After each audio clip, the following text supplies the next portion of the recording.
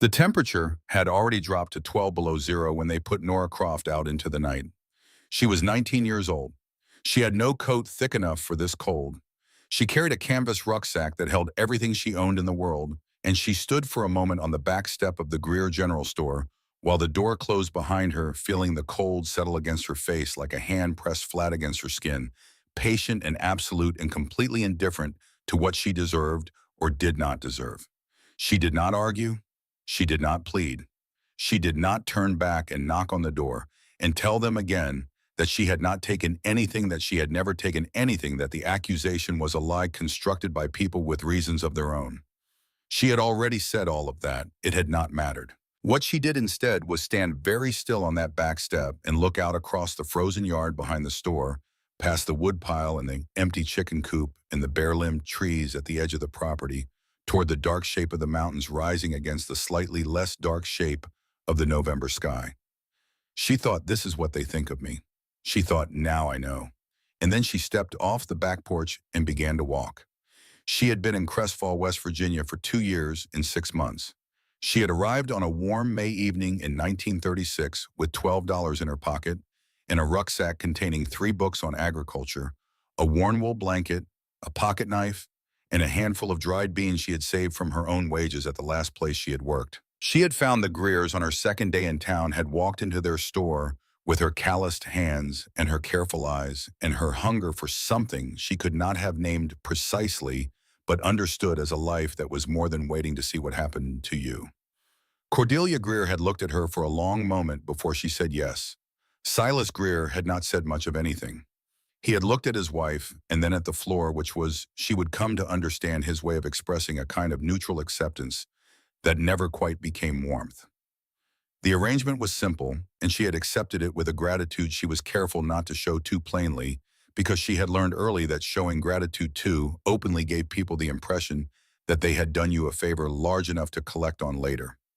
She slept in a small room behind the storeroom. She swept and stocked and worked the counter and made deliveries and kept the ledgers and learned the rhythms of the town in the way that a person learns the rhythms of a river they have decided to navigate, not by asking where it goes, but by watching how it moves. But she had not always been careful, and so they had found their reason.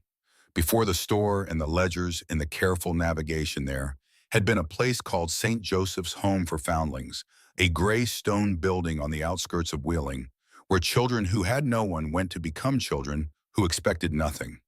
She had lived there from the age of 5, which was the year she stopped having parents, which was the year the sovereign mind took everything from her in a single morning of collapsing timber and rising dust. Her father had been working the number 4 shaft. Her mother had been standing at the mine entrance with the other wives when the ground shook and the cloud rose. The company had paid $40 per widow and written a letter that used the word unfortunate 6 times in 3 paragraphs. There was no widow to collect Nora's $40. The county kept it. She had lived at St. Joseph's for 12 years. Not unhappy years, exactly. The sisters who ran the place were not cruel women. They were tired women, overextended women, women doing their honest best with too many children and too little of everything else. Most of the children who aged out of St. Joseph's went into domestic service or factory work, or followed whoever would take them into whatever future was available to a young person with no connections and no name that meant anything. Nora had been different. There was a nun at St.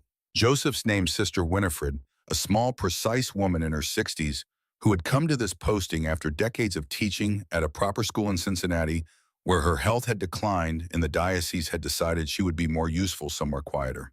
She was not by temperament or training a woman who believed that useful things should be wasted. She recognized something in the quiet girl who never left the library before she was asked who asked questions about everything she read, who had the unsettling habit of looking at a person as if she was adding them to a ledger she kept in some private part of her mind. Sister Winifred began teaching Nora in the evenings after supper, using what she could find. Agricultural bulletins from the state extension service that nobody else wanted, old encyclopedias donated by families cleaning out their houses, scientific journals that arrived years after publication, but were still to a mind that was hungry enough, rich with things worth knowing.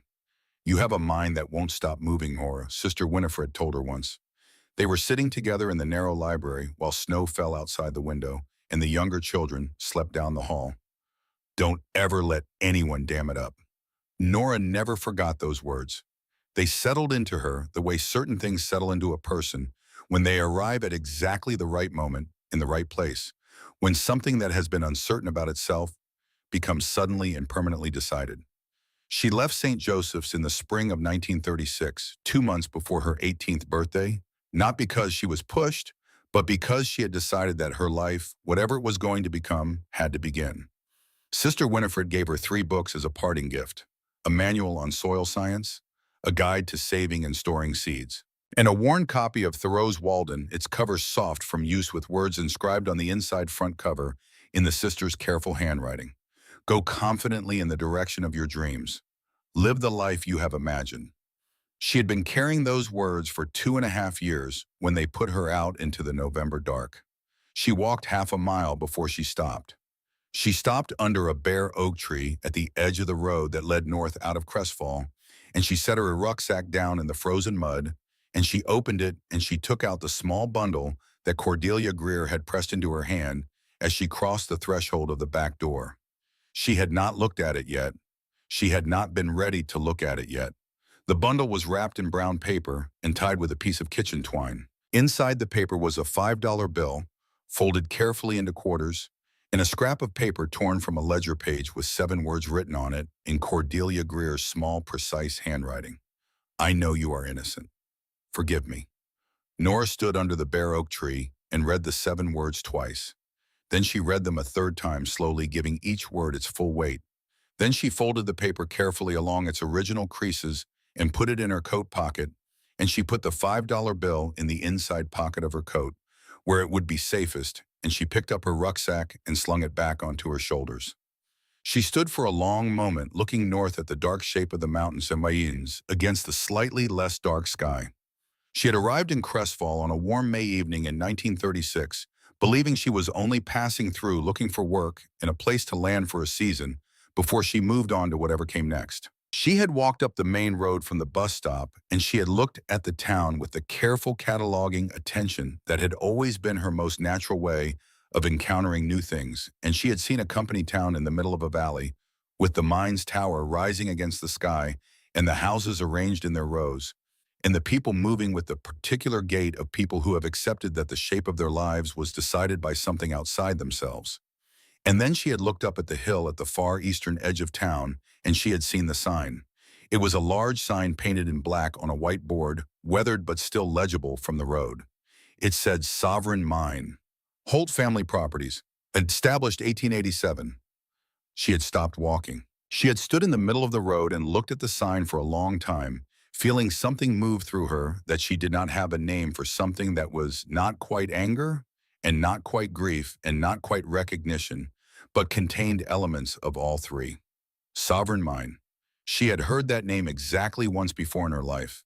She had been 5 years old, and she had been standing in a room at the county offices in Harlan while a man in a gray suit explained to a woman from St. Joseph's that the child had no living relatives and would therefore be remanded to the care of the home. The man in the gray suit had mentioned the mine by name. He had mentioned it in the tone of voice that people use for facts that were unfortunate, but also simply the way things were, the kind of tone that did not invite discussion or grief or any response at all. The Sovereign Mine disaster. The number 4 shaft. 14 men. She had been 5 years old. She had not understood most of what the man said, but she had understood enough. And she had remembered the name because names were the kind of things that a child with no family held on to, the pieces of a story she could not read, but could not bring herself to let go of either. Sovereign Mine. Holt Family Properties. She had stood in the middle of the Crestfall main road for a long moment, and she had looked at the sign and she had understood something she had not planned to understand. She had walked into the town that had taken everything from her when she was 5 years old. The mine that had killed her father, the shock of which had stopped her mother's heart. The event from which all of her subsequent life had followed like water flowing from a broken dam was here. Half a mile up the hill, still operating, still owned by the same family. She had not turned around and walked back to the bus stop. She had needed work, and Crestfall had work. And she had learned in 14 years at St. Joseph's that the world was full of hard things you could not change, and that the only reasonable response to them was to continue anyway, to keep moving, to find the next thing that needed doing and do it. She had walked into the Greer General Store the next morning and asked for work. She had not known then that the Holt family did not just own the mine. They owned the town in the way that certain families in certain places own things, not through any single act of ownership, but through the accumulated weight of 100 smaller arrangements, debts called in, and favors granted, and decisions made in back rooms about what was permissible and what was not, and who was welcome and who was tolerated, and who was simply waiting for the moment when they would be found inconvenient enough to remove. She understood this within her first month in Crestfall. She understood it the way you understood weather, by watching it and learning to read its patterns before it arrived. The woman at the center of it was named Miriam Holt. Miriam was 53 years old, the widow of Cornelius Holt, who had inherited the mine from his own father and died in 1932, leaving Miriam with a significant share of Sovereign Mine, a large house at the north end of town, and a lifetime of practice in the arts of getting what she wanted from people who needed things she could provide or withhold. She was also the daughter of Josiah Holt, who had built the family's position in Harlan County through means that did not invite examination, and who had died in 1928, leaving behind his money and his methods, both which Miriam had absorbed with the thoroughness of someone who understood that what her father had built required constant maintenance to survive. Nora had observed Miriam from the beginning with the same careful attention she brought to everything she wanted to understand. She had watched how Miriam moved through Crestfall, who stepped aside for her, and who stepped forward, who dropped their eyes, and who met her gaze, and what the difference between those two things said about the structure of obligation underneath the surface of ordinary life. She had also watched how Miriam looked at her. It was not a simple look. It was not the dismissive half-attention that some of the older women in town gave her, the refusal to fully see the orphan girl who worked in the Greer store and therefore did not quite count. Miriam looked at Nora the way a person looked at something that reminded them of something they did not want to be reminded of, a look that was alert and watchful, and laced with something that Nora at first could not quite name. She named it eventually. It was unease. The woman who controlled an entire town looked at a 19-year-old girl who worked in a store for room and board and wages of $2 a week, and what she felt was unease. Nora had stored this observation in the careful private place where she kept the things she did not yet know how to use.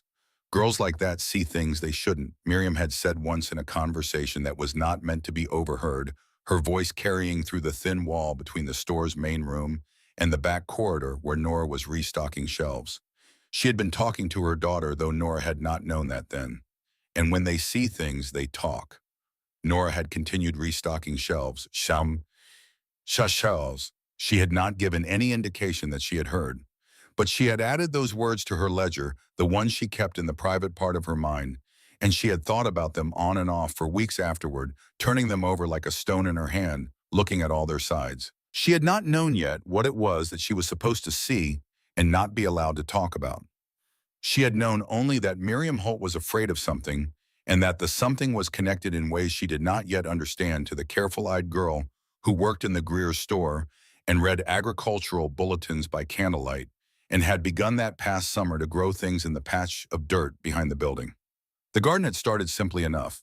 There was a small piece of ground behind the store that no one was using for anything, a rectangular space between the back wall and the woodpile that got reasonable sun in the warmer months, and that Nora had looked at with the calculating eye of someone who had been reading about soil composition and growing conditions for years and was tired of reading about things she could not practice. She had asked Cordelia Greer's permission in May of her first year, explaining what she planned to do, in the practical, specific terms that she had learned were more persuasive than enthusiasm. Cordelia had said she could do as she liked with the dirt as long as it did not take time away from her duties, with an expression that suggested she found the project mildly eccentric but not objectionable. The spring and summer garden had gone as expected. Lettuce in early spring, beans in summer, squash in fall. Productive enough, nothing remarkable. She gave some of the surplus to the Greers and sold small amounts at the market when she could.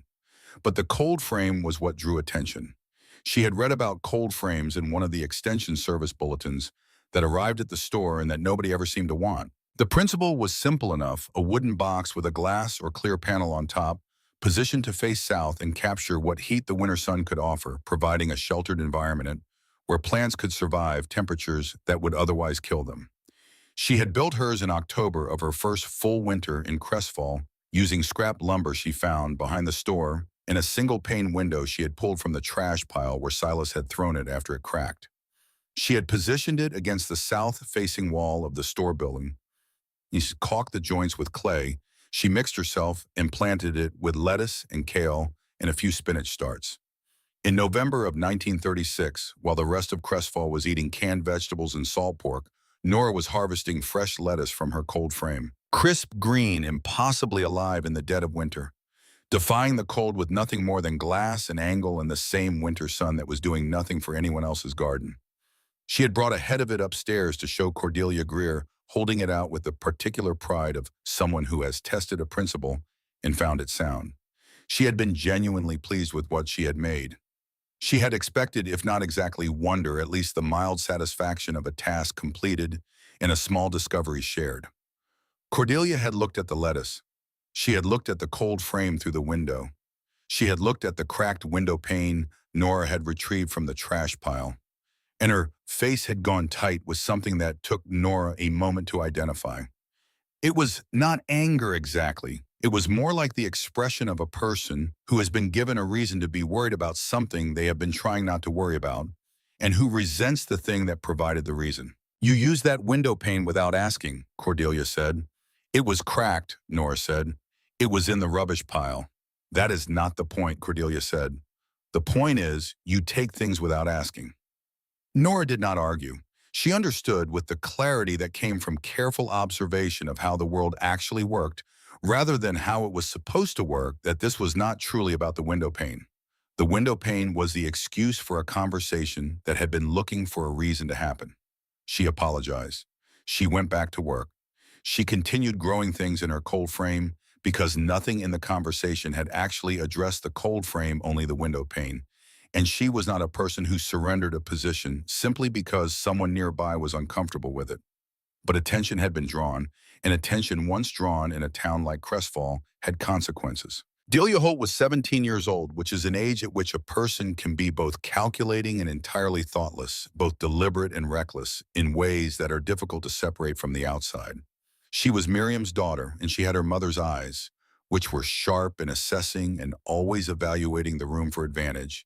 And she had her late father's chin, which was slightly receding, and gave her expressions of certainty a faint edge of uncertainty that she spent considerable energy overcoming. She had noticed Nora the way that a certain kind of person noticed someone like Nora, not with interest or warmth, but with the specific attention that power paid to vulnerability, a watchful awareness of something that could be used. In November of 1937, the Methodist congregation was raising funds for a new roof. The donations were collected each Sunday and kept in a strong box in the church office. $42 had accumulated. On a Sunday afternoon when the office had been left unlocked, the $42 disappeared. Delia had wanted a new dress for the Christmas dance. Her mother had said no. Delia had decided that this was an unreasonable restriction and had addressed it through the most direct available method.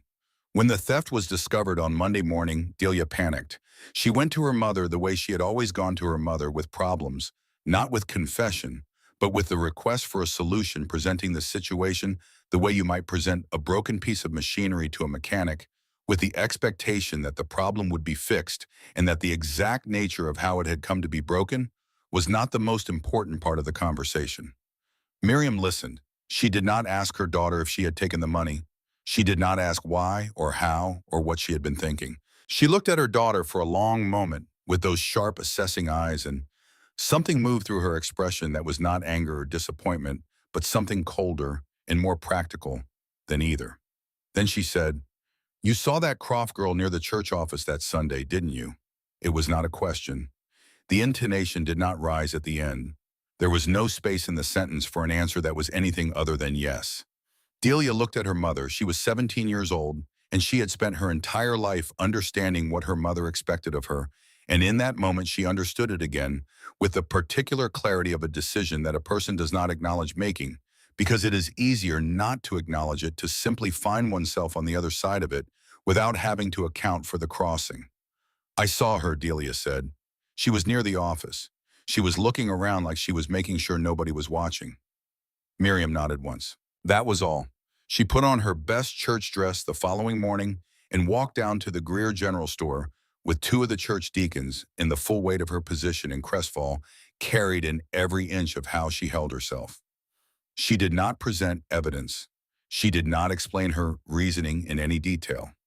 She pronounced her verdict with the confidence of a woman who had never had a verdict reversed, who existed in a world where her conclusions were accepted as conclusions rather than premises, where the process of proving something had long ago been replaced by the simpler process of her saying it and watching the world arrange itself accordingly. Nora Croft, she said, standing in the doorway of the store with her two deacons behind her and her voice carrying exactly the distance it needed to carry. Thief. She said the word as if it had always been true, and she had simply been waiting for the appropriate moment to make it official. Nora was standing behind the counter when it happened. She was holding a bag of flour that she had just retrieved from the back shelves. She heard the door open and she looked up and she saw Miriam Holt and the two men behind her, and she understood in the fraction of a second before anyone had spoken what was happening and why.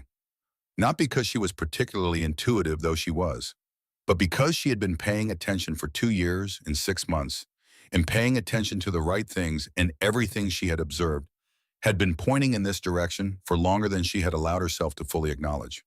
She set the bag of flour down carefully on the counter. Silas Greer had gone very still near the stove. He was looking at the floor with the concentrated attention of a man who has decided that if he does not look at a thing, he will not be required to respond to it. Cordelia Greer was standing near the back wall. She was looking at Miriam Holt, and then at Nora, and then at Miriam Holt again, with an expression that Nora would not have the words for until later, until she had left the store and walked half a mile through the cold and read the 7 words on the scrap of ledger paper. The expression was guilt, not the guilt of someone who has done the thing they are being accused of. The guilt of someone who knows the person being accused did not do it. The guilt of someone who is choosing in real time to stay silent because silence is easier and safer, and the alternative has too high a cost. Nora looked at Cordelia Greer for just a moment, just long enough to confirm what she was reading in the woman's face. Then she looked at Miriam Holt. Miriam Holt looked back at her with the triumphant stillness of someone who has waited for something for a long time and is now watching it arrive. She demanded that Nora be removed from the town immediately. She referenced the church funds, the pattern of suspicious behavior. She claimed to have observed the importance of protecting Crestfall from the kind of corrupting influence that came from taking in people who had no roots and no accountability and no real stake in the community's well-being. She threatened the Greers, though the threat was made in the soft language of suggestion rather than the hard language of ultimatum. She spoke of the business she and her circle brought to the store, of the relationships that had always made their arrangement possible, of how much she hoped nothing would have to change. Silas Greer continued to look at the floor. Cordelia Greer said in a voice that was flat and empty of everything that might once have lived in it, "Get your things. I want you out by morning." Nora did not argue. She did not plead. She had passed through the moment where those things might have been available to her before she fully knew it was happening, and she was already on the other side of it now, in the place where the only thing left was to decide what came next. She went to her room. She packed her rucksack. She changed into her warmest clothes, and she put on her coat, and she picked up the rucksack and she walked to the back door of the store. A hand caught her sleeve. She turned around. Cordelia Greer stood in the corridor with her face in shadow, her expression invisible in the low light. She reached out and pressed the small, brown paper bundle into Nora's hand. Then she stepped back, and then she closed the door between them. The door closing was quiet. That was the thing about it that stayed with Nora the longest afterward, how quietly it closed. She had been expecting something louder. She walked. She walked north away from Crestfall, away from the Sovereign Mine sign on the hill, and the big house at the north end of town, and the store with its ledgers and its cold frame, and the small room where she had slept for 2 years and 6 months, and almost begun to believe she belonged there. She walked without any particular destination because she did not have one, Shirin. She walked because walking was the only thing she knew how to do in this moment, the one action that was available to her and that pointed in any direction other than backward. The temperature continued to fall. She had been walking for 20 minutes when she reached the bare oak tree at the north edge of town, where the road bent east and began its climb toward the foothills. And she stopped and set down her rucksack and opened the brown paper bundle for the first time. She read the 7 words. She stood under the bare oak tree with the wind cutting through her coat, and the stars burning cold and distant overhead, and the mountains rising dark and enormous against the sky to the north. And she held the scrap of paper in her hands and read those 7 words, and she understood several things at once. She understood that Cordelia Greer had known she was innocent from the beginning. She understood that this knowledge had not been enough to change anything, that it had not overridden the fear of Miriam Holt, or the comfort of the existing arrangement, or whatever else had kept Cordelia's mouth closed, while her eyes told the truth. She understood that the $5 bill and the 7 words were not restitution and were not meant to be restitution. They were something smaller than that. They were the acknowledgement that Cordelia Greer had made to herself and now to Nora, that she had done something wrong, that she knew she had done something wrong, and that she was going to live with it. Nora folded the paper along its original creases. She put the paper in her coat pocket. She put the $5 bill in the inside pocket where it would be safest. She picked up her rucksack. She stood under the bare oak tree for a moment longer, and she thought about Sister Winifred in the narrow library at St. Joseph's, the snow falling outside the window, the words she had pressed into a girl who did not yet know she would need them. She thought about the agricultural bulletins and the soil science manual, and Thoreau and the cold frame, and the first head of winter lettuce she had brought upstairs to show Cordelia Greer crisp and green and impossible in November. She thought about what it meant to build something careful and patient and particular, and then to have it taken from you not by weather or misfortune, but by someone who simply decided it was more convenient to take it. She thought about whether the thing that had been taken was truly gone, or whether it lived somehow in what came after. She did not reach any conclusions. She was not yet in the right place for conclusions. She was in the place that came before conclusions, the place that required you to simply keep moving before you could know where you were moving toward. She turned her face north toward the mountains, toward the dark and the cold, and the wild unknown elevation that the town had been using as a threat for as long as she had been in Crestfall, as if the mountains themselves were a punishment, as if the wilderness beyond the valley was a sentence rather than a geography. The wind picked up. It came down off the high ridges with the purposeful cold of something that had been gathering itself all day for exactly this. Nora Croft, 19 years old, penniless, except for $5 in an inside pocket carrying everything she owned on her back, walked toward it anyway. Not because she was not afraid. She was afraid. The fear was a physical thing, a tightening in her chest and a dryness in her throat that she recognized as the body's honest response to a situation that the body correctly understood was dangerous. But fear had never stopped her before. What she had learned at St. Joseph's, what Sister Winifred had been teaching her all those evenings in the library, even when the lessons were ostensibly about soil science or botanical principles, was that the distance between the life you were handed and the life you were capable of was always crossable, but it always had to be crossed in the dark. There was no other way to cross it. The dark was not a problem to be solved. The dark was simply what the crossing looked like, at least until you were far enough across to look back and see that you had done it. She walked. The town fell away behind her, its few lights growing smaller and then disappearing as the road bent and the trees thickened on either side. The cold deepened as she climbed, the air thinning and sharpening the stars overhead, becoming more numerous and harder and more indifferent. She did not think about Miriam Holt. She did not think about Delia Holt or Silas Greer or the 2 deacons who had stood in the doorway and watched the verdict delivered.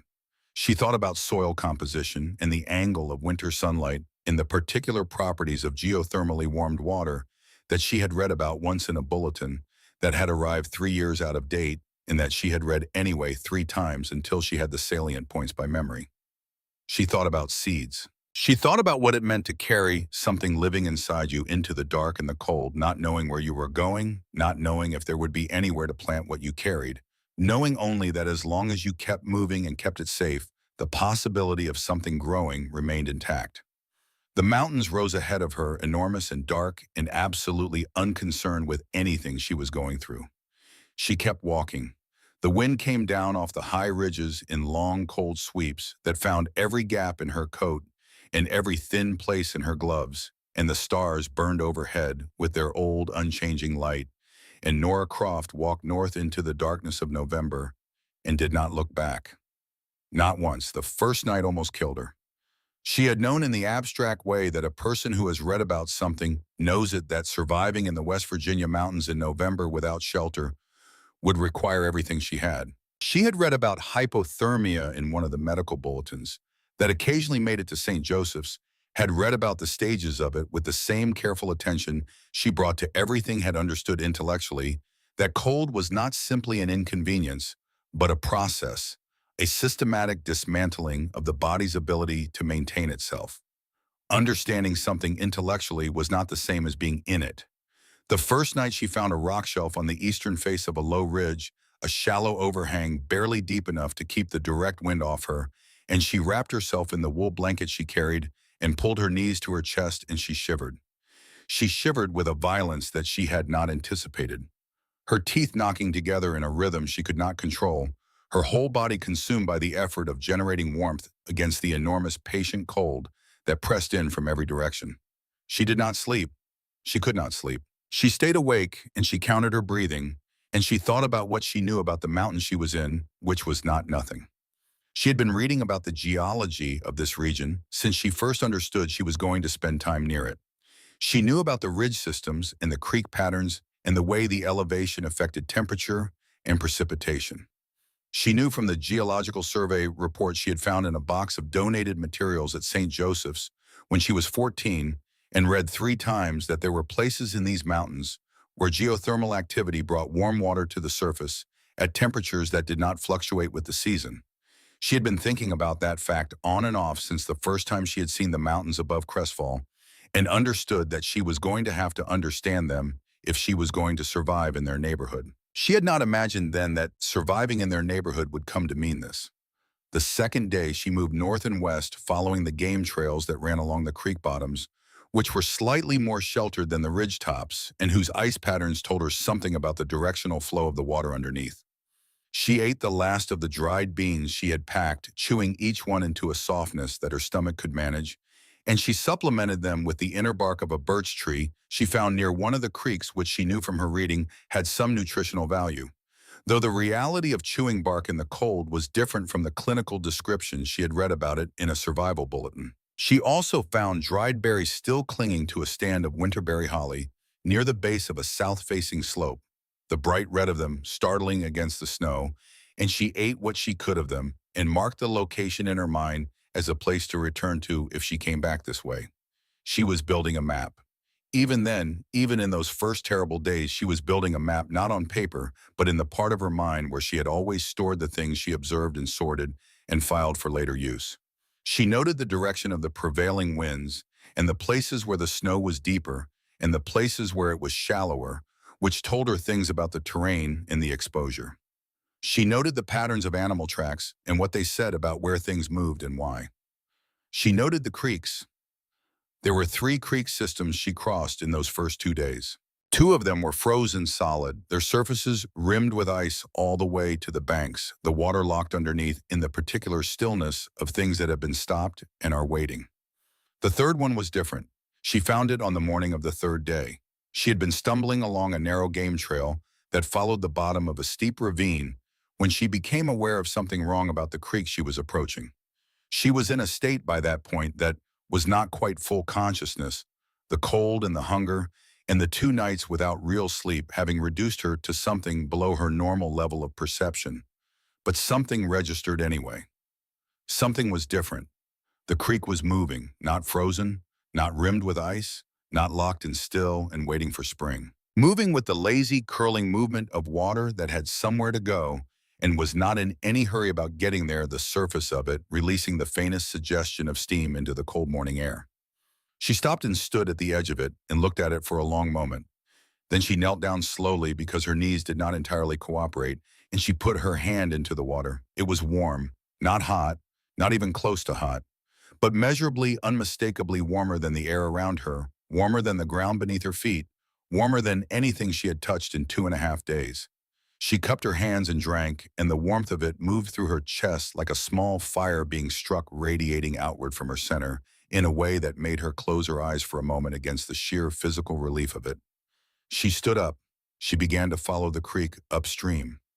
The going was difficult. She pushed through rhododendron thickets that grew dense and low along the creek's banks. Their evergreen leaves stiff with cold, but still green, still alive, still holding on to themselves with the patient tenacity of things built to last through winters. She scrambled over moss-covered boulders that were slick with frost and ice at their edges, but warm and dry at their centers, where the geothermal activity below expressed itself as a faint, persistent warmth that had kept the moss green even in November. The water grew warmer as she climbed, not dramatically, but noticeably. The temperature of the air grew colder as the elevation increased, but the temperature of the water increased in inverse proportion, and the steam it released became slightly more visible, a thin, continuous mist that hung over the surface and caught the weak November sunlight and scattered it. She came around a bend in the creek and stopped. She stood at the edge of a small, natural clearing on the eastern face of a steep hillside, and she looked at what was there, and she did not move for a long time. It was a structure, partially underground, set into the hillside itself, its back wall, the exposed face of the mountain. The front wall was almost entirely glass, thick, wavy old glass set in heavy wooden frames that had been painted once and had weathered since to the color of iron. The glass was clouded with age and condensation, but intact, every pane of it, and the angle at which it was set caught the weak winter sun and held it. The roof was earth and sod covered so thoroughly with dead grass and moss that from above you would not have known it was there. A stone chimney rose from one end of the building, dark and cold, unlit for years. And at the base of the glass wall, emerging from the foundation through a pipe barely wider than her wrist, the warm creek continued its journey downhill, having passed through whatever system lay inside before returning to the open air. She approached it slowly. The door was thick oak, swollen with moisture, and sealed by years of disuse. She put her shoulder against it and pushed, and it groaned in its frame with a sound that traveled through the still air of the clearing like something that had been waiting a long time to be released. Then it gave suddenly, opening inward in a rush of warm air that hit her face like a hand. She stepped inside. The interior was dim but not dark. The clouded glass of the south wall admitted enough of the winter light to see by a soft, diffuse illumination that fell without shadows across the long planting beds, built of stacked stone along both interior walls. The beds were empty now, their soil dark and cold and waiting. But the soil itself was visibly rich, deeply black, the kind of soil that had been built up over years by someone who understood what soil needed to become, what plants required. The warm creek ran through a stone channel cut into the packed earth floor, and even without a fire in the chimney, the interior was genuinely warm. She held her hand flat in the middle of the space, feeling the warmth radiating from the stone back wall from the floor beneath which the geothermal water moved from the glass wall that had spent the day collecting what winter sun was available and storing it in the thermal mass of the stone and earth. 55 degrees maybe, perhaps a little less. In the middle of a November that had been dropping to 12 below zero at night, she looked at the tools hanging on wooden pegs along the back wall. Rusted, long, unused, but real. A spade, a hand trowel, a cultivator, with bent tines. She looked at the shelves built into the stone near the door, holding clay pots in various states of repair and a row of glass canning jars sealed with wax. She looked at the sleeping platform built against the warmest section of the back wall, its wooden frame solid the space where a mattress had once been empty, now the mattress itself rotted away or removed years ago. She looked at the highest shelf set above the others and out of the way, and she saw the small wooden box. She reached it and took it down and opened it. Inside the box were seed envelopes, dozens of them, each one made of folded brown paper, each one labeled in faded but still legible ink. Tomato several varieties, pepper sweet and hot, beans 3 kinds, squash winter and summer, lettuce, kale, spinach, herbs she had read about but never grown. Each envelope was sealed with a small amount of wax protecting the contents from moisture. Someone had saved these seeds with the care of someone who understood exactly what they were saving and why. She sat down on the sleeping platform. She had not meant to cry. She had not cried yet, not once, since the back door of the Greer store had closed behind her, and she had stepped out into the frozen night. But she sat on the sleeping platform in the warmth of this impossible place, holding the box of seeds in her hands, and something in her chest that had been held tightly since November 14th let go, and she cried. Not from sadness, not from self-pity, from the overwhelming, disorienting force of something she had not let herself feel in a very long time. Hope, the kind that arrives not as an emotion, but as an evidence-based conclusion. The kind that says, look at what exists. Look at what has been left here. Look at what it means that you found it now. She gave herself a few minutes. Then she dried her face and put the box of seeds carefully back on its high shelf and began to explore properly. The waterproof tin was under the sleeping platform, pushed back against the wall, in a space where it would not be noticed unless you were looking for it. She had to get down on her hands and knees to reach it, and it was heavier than she expected when she pulled it out. Inside the tin, wrapped in a piece of oilcloth, were 3 leather-bound journals. She took the topmost one and sat near the glass wall where the light was best, and she opened it. The handwriting was small and precise and feminine, and it covered every page of the journal in tight, close lines, with occasional diagrams in the margins, cross-sections of planting beds, and elevation drawings of the glass wall's angle, and careful calculations written out longhand in a script that was both scientific and alive. The journal belonged to Dr. Alma Voss. Nora read. She read for the better part of the afternoon, sitting in the winter light that came through the old glass of the south wall, and warmed her face, and what she read changed her understanding of where she was and what she was sitting inside and what the cost of it had been. Dr. Alma Voss had been a botanist from the University of Virginia, one of the first women to hold a faculty position in the sciences there, a distinction she mentioned exactly once in the journals in a single dry sentence, and then set aside in favor of the work itself, which was what had always interested her more than the significance of her being allowed to do it. She had come to the Harlan County Mountains in the spring of 1918 to study native medicinal plants following reports of species that had not been formally cataloged and that local healers had been using for generations. She had found more than she expected in more ways than one. The warm spring was the first discovery. She had been following the drainage patterns on a survey map that turned out to be significantly inaccurate when she had noticed the steam and investigated. She had spent 2 weeks measuring the water temperature at various points along the creek's course and calculating the geothermal gradient. And then she had done what the journals revealed she always did when she found something remarkable, which was to immediately begin thinking about what it made possible. The greenhouse had taken her 4 years to build, working alone in the summers, when the university gave her time for fieldwork occasionally with the help of a local trapper named Jasper Pruitt, who had stumbled across her project in its second year and had, after a period of mutual assessment that the journals described with quiet amusement, decided she was not doing anything that required him to stop her. The design was meticulous. The angle of the glass wall had been calculated to maximize solar gain at the winter solstice latitude of this precise location. Not the latitude of any general handbook, but this specific hillside. The thermal mass of the stoneback wall had been calculated to absorb enough heat from the weak winter sun to maintain a minimum interior temperature above freezing through the coldest nights. The geothermal water channel through the floor provided a baseline warmth that the design treated as the foundation on which everything else was built. She had grown food here in January. She had started seedlings in February. She had produced tomatoes from seed to fruit entirely within this building through the winter of 1922, which the journals recorded with a satisfaction that was all the more moving for how understated it was. And then she had found something else. In the summer of 1929, while following a survey line on the ridge above the greenhouse, Alma Voss had noticed something wrong about the landscape. The vegetation was disturbed in a pattern that was inconsistent with natural causes. There were cleared paths where no path should be, and the soil at the edges of them had been compressed in a way that suggested regular use by heavy equipment. Following these signs with the same methodical attention she brought to plan identification, she had eventually found what she was not supposed to find. A mining operation, not the sovereign mine in the valley, something smaller hidden set into the ridgeline above and to the west of the greenhouse on land that the survey records she subsequently checked at the county office clearly indicated was state-owned territory on which no mining permit had been issued.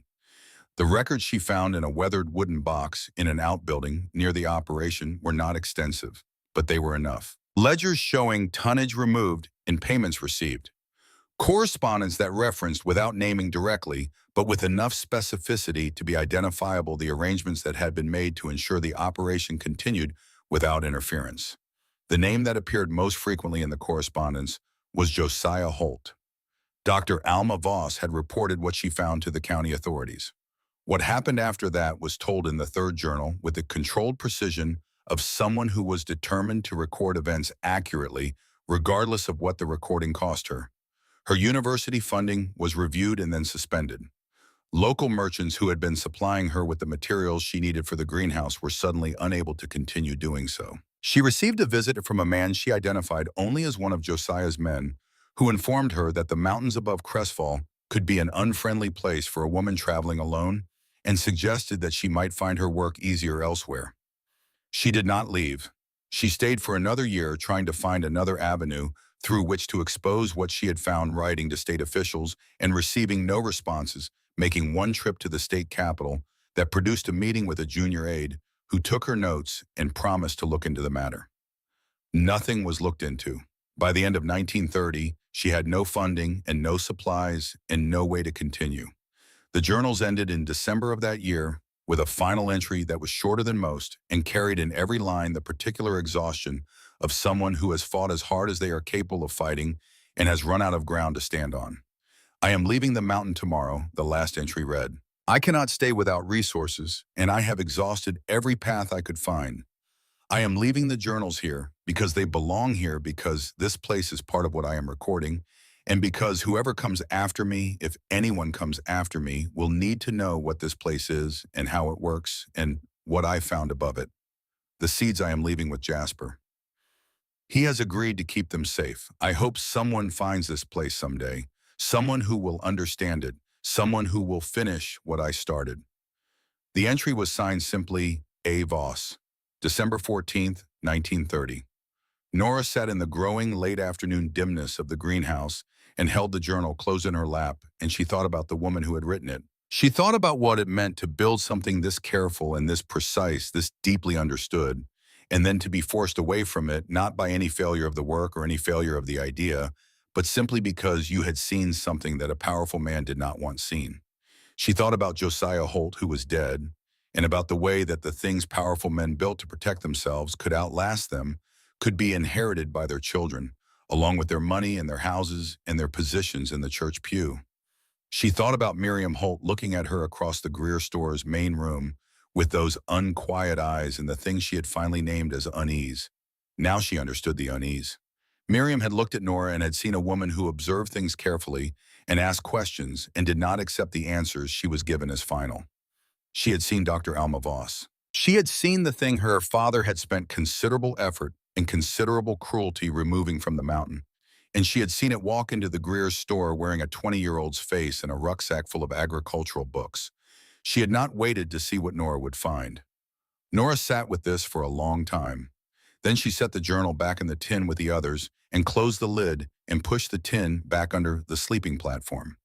She went to the high shelf and took down the seed box and opened it and looked at the envelopes again, reading the labels carefully in the last of the afternoon light. She put the seed box back. She found old blankets in a chest under the south window, musty but wool, 3 of them, and she layered them on the sleeping platform, and she lay down in the warmth of the geothermally heated air, and she fell asleep before she had fully decided to do so. She slept for 11 hours. She woke to morning light coming through the old glass and the sound of the creek moving through its stone channel below the floor, and she lay still for a moment in the warmth and took inventory in the way she had learned to take inventory of things that had changed while she was not looking.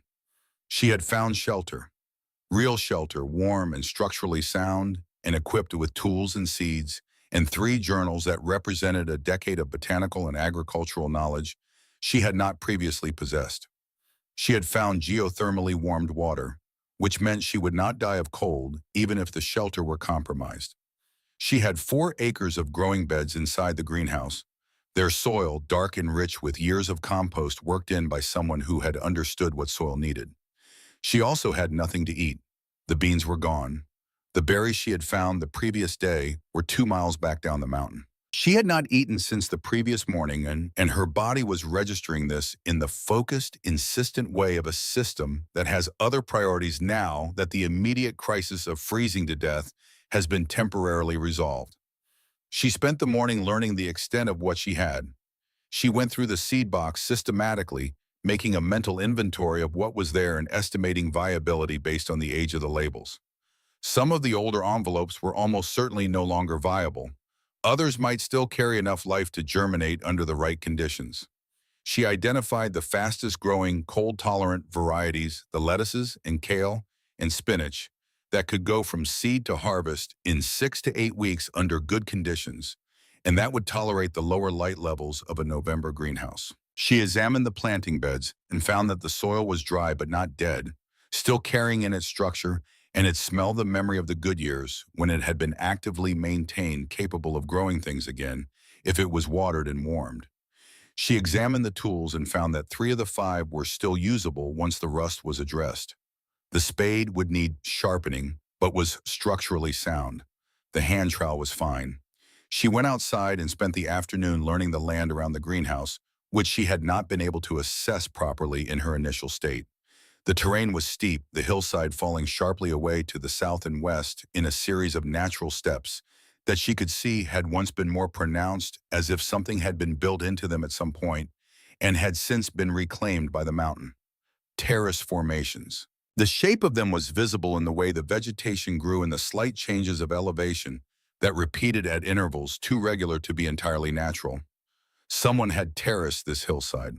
The terraces had collapsed or been dismantled, but the underlying geometry of them was still there in the land itself, waiting for someone to read it. The warm creek ran through the greenhouse and then continued downhill through its channel, warming as it went from the contained space of the building and then cooling again as it reached open air. She traced it for 100 yards below the greenhouse and found that it stayed several degrees warmer than the surrounding air for its entire visible length, creating a microclimate along its banks that was measurably different from the hillside just 20 feet away. She came back inside as the light began to fail, and she started the first seeds. She used the smallest clay pots she could find and filled them with greenhouse soil, mixed with a handful of the creek-bottom silt she had scooped from the channel on inside, which was rich with minerals carried from the geothermal source upstream. She planted lettuce in 2 pots and kale in 2 more, setting them on the warmest shelf she could identify, the one nearest the back wall where the stone gave off its stored heat most consistently. She had no food. She was going to have food in 6 to 8 weeks if the seeds were viable. Between now and then, she would need to find other sources. It was the first problem she had encountered in this place that felt genuinely solvable, and she felt herself settle into the problem the way she had always settled into problems, with the forward-leaning attention of someone who was engaged rather than overwhelmed. The old man appeared on a morning in early March. Nora had been in the greenhouse for nearly 4 months by then. 4 months that had transformed her in ways she was still in the process of understanding. She was thinner than she had been leaner, in the way of a person who has spent months doing hard physical work with just enough food to sustain it, and she was harder in less visible ways in the way of a person who has learned what she is actually capable of when nothing stands between her and the requirement to find out. She had survived the winter on rabbit and squirrel from the snares she had figured out how to set by reading Amma Voss's notes about the local wildlife patterns, supplemented by the green things she had begun producing in the greenhouse by January. The first lettuce had germinated in 3 weeks, which had seemed so unlikely that she had stood over the tray of soil for a full minute before she was willing to believe it was happening. By February, she was eating fresh greens every day, small amounts but real and nutritious and impossibly welcome. She had also begun to rebuild the greenhouse itself. The south-facing glass wall was intact, but the woodwork of the frames had deteriorated in places, the caulking cracked and gone in the corners and joints. She had addressed this with a mixture of clay and moss and wood-smoked charcoal that she had worked out through trial and error, and that seemed, judging by the interior temperature, to be doing the job. She had cleaned the glass panels one by one, working from inside with a piece of wool blanket dampened in the creek, and the improvement in the quality of light inside had been substantial.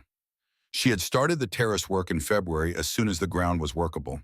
She had begun at the top, closest to the greenhouse, and worked downhill, gathering stones from the creek bed and carrying them up the slope to build the first retaining wall. The work was heavy and slow, and she measured her progress in yards per day, which was not very many yards, but it was progress, and progress in any increment was a thing she had learned to regard with serious respect. By early March, she had one terrace complete 6 feet wide and 12 feet long, filled with a mixture of greenhouse soil and creek bottom, silt, and composted leaves from the forest floor, and she had planted it with the cold, hardy brassicas that she knew would tolerate the remaining weeks of winter cold. She was outside the greenhouse on the morning the old man appeared digging the foundation trench for the second terrace wall when she heard movement in the brush on the uphill side of the clearing. She straightened up slowly and turned around. He was standing at the tree line, perhaps 30 feet away, a tall man in his 70s wearing heavy woolen leather with a white beard that reached his chest and a shotgun held in the crook of his arm, with the easy familiarity of something carried for so long it had become part of the body's vocabulary. He was looking at her with the direct assessing attention of a person who had encountered something unexpected and was taking his time deciding what it was. They looked at each other across the clearing for a moment. "You would be the one who got the chimney smoking again," the old man said. His voice was deep and carried no particular expression. "I've been watching the smoke for 2 months, trying to work out who finally found this place," Jasper Pruitt, Nora said. He looked at her differently then, the way someone looked at you when you had said the one word that changed what category they put you in. She told him how she knew his name. She told him about the journals, about reading through them in the first weeks, about understanding who Alma Voss was and what she had built here and what it had cost her. She did not tell him everything because she had learned through long practice to give information in amounts calibrated to what the situation required, but she told him enough. He sat down on a boulder at the edge of the clearing and listened with the patience of a man who had spent most of his adult life in conditions that required stillness. "She was a remarkable person," he said when she had finished. "Not a question or a sentiment, but a statement of plain fact, the kind that did not require agreement, but that also did not invite disagreement." "I know," Nora said. He looked at the terrace work and at the greenhouse and at the tools leaning against the outside wall and at the slope of the hillside with its lines of stones. She would have done the terraces the same way, he said. Nora did not say anything. He came back 4 days later. He taught her what the books could not the principles which she had from Alma's journals and from her own reading, but the specific embodied knowledge that came from 60 years of living in these particular mountains. Which game trails were reliable in which seasons, where the deer yarded in deep winter, and what that meant for setting snares. Which plants were edible in March when almost nothing else was, the young shoots of certain species that came up before anything else, the roots of others that were at their best before the leaves appeared.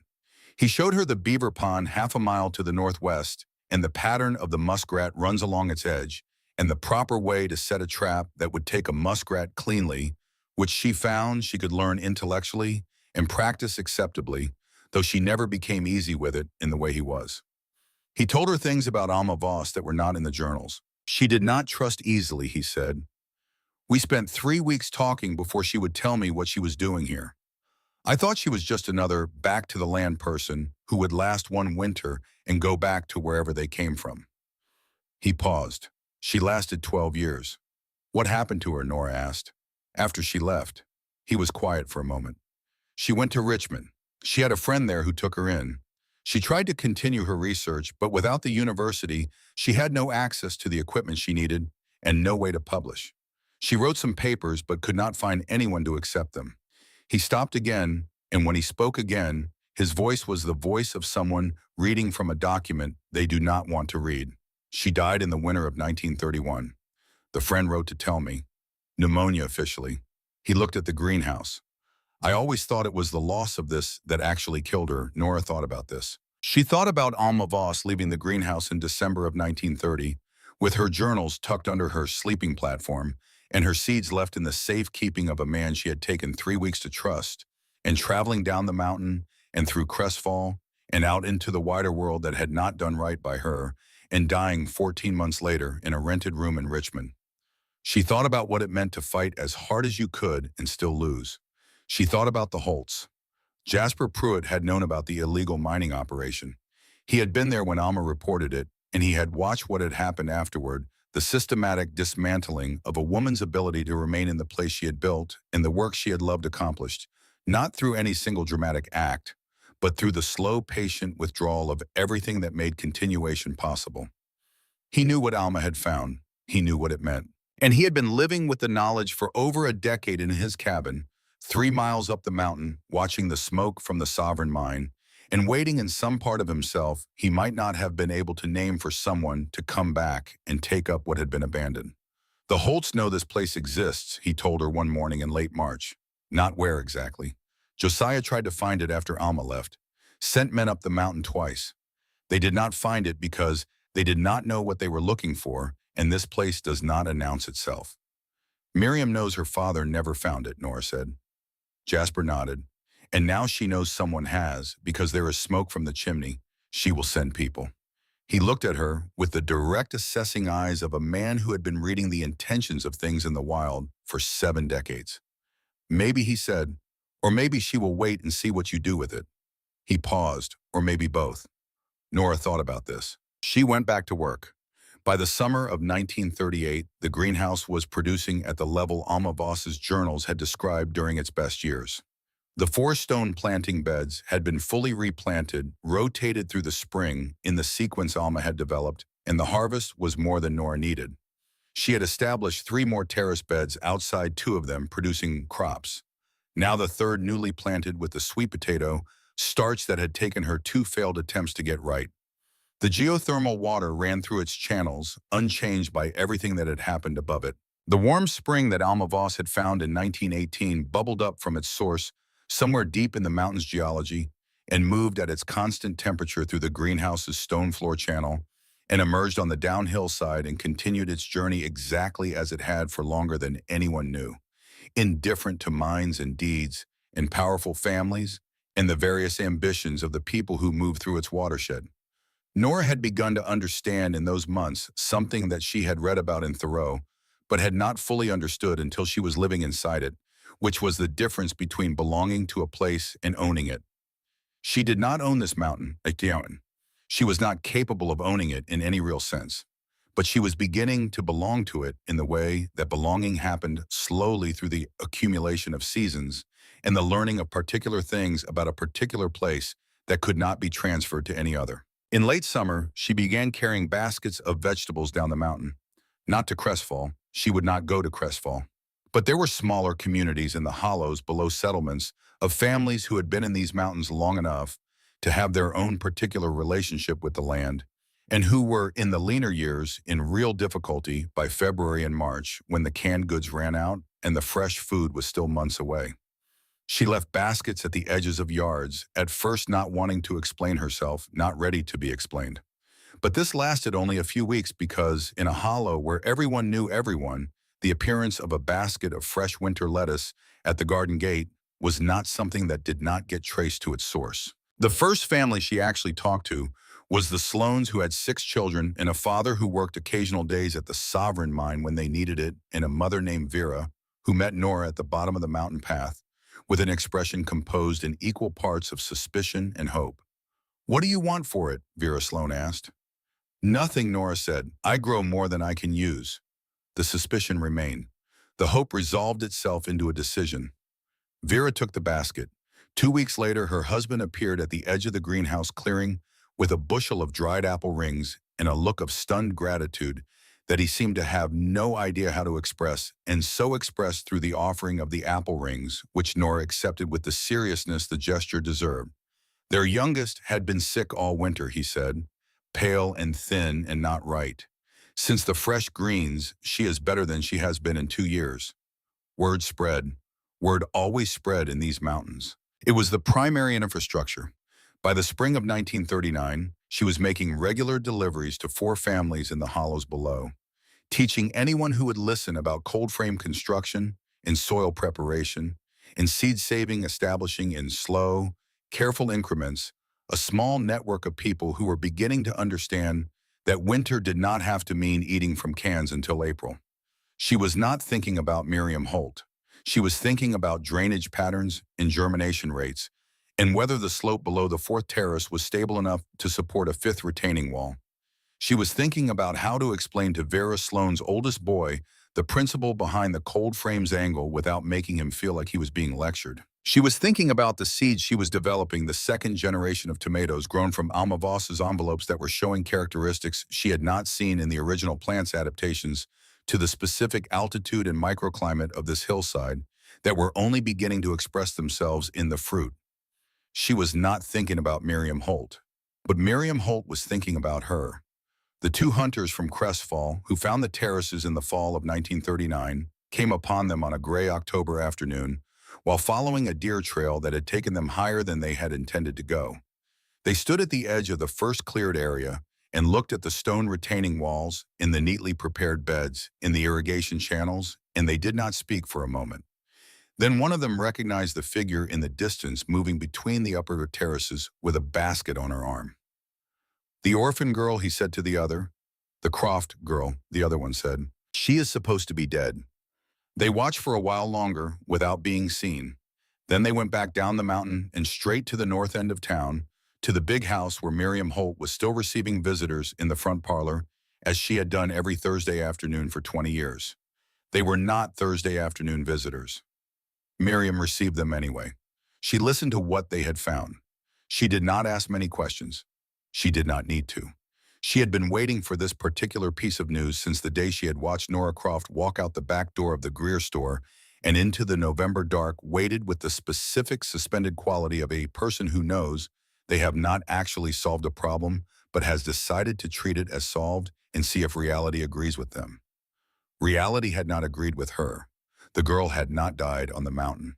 The girl had found the greenhouse. The girl had been growing food up there for 2 years and was apparently teaching other people how to grow food, which meant the girl was building something, which meant the girl was becoming something, which meant the girl was becoming what Alma Voss had been before Josiah had managed to remove her. Miriam thanked the hunters for the information. She offered them a glass of whiskey, which was the currency of certain kinds of transactions in this county. She told them she would handle the matter. She did not go herself. She never went herself. That was not how things worked in the world as she understood it. 3 nights after the hunter's visit, when Nora was delivering vegetables to the Sloan family 2 miles down the mountain, 3 men climbed the southern approach to the greenhouse with axes and torches. She came back to find the glass wall shattered, every pane of it methodically one after another, until the winter cold poured freely into the space that had been warm for 2 years. The stone planting beds had been turned over, the carefully built soil heaped and scattered. The storage shed where she kept dried goods and preserved food had been burned. The smoking hole where it had stood was still warm at its edges when she arrived, and the seed box from its high shelf had been taken down and emptied into the fire. She could see the ash of it in the debris. The small paper envelopes, each one labeled in Dr. Alma Voss's faded ink, reduced now to nothing, to less than nothing, to the absence of everything they had contained. She stood in the middle of what was left, and she did not move for a long time. The mountain was very quiet around her. The creek moved through its channel unaffected, still warm, still going wherever it was going. The stars came out above the broken glass wall, hard and cold, and numerous and indifferent to what had been done underneath them. Nora stood in the ruins of 2 years of work, and she was very still, and she did not cry, and she did not speak, and she did not allow herself to feel the full weight of what had happened, yet because the full weight of it felt all at once would have knocked her down. Instead, she did what she had always done. She began to take inventory. What was gone, what was damaged, what remained. The glass was gone, the seeds were gone, the stored food was gone, the shed was gone, the greenhouse structure was intact. The stone planting beds were damaged but restorable. The geothermal creek still ran through its channel, still warm, completely unaffected. The terraces outside were untouched.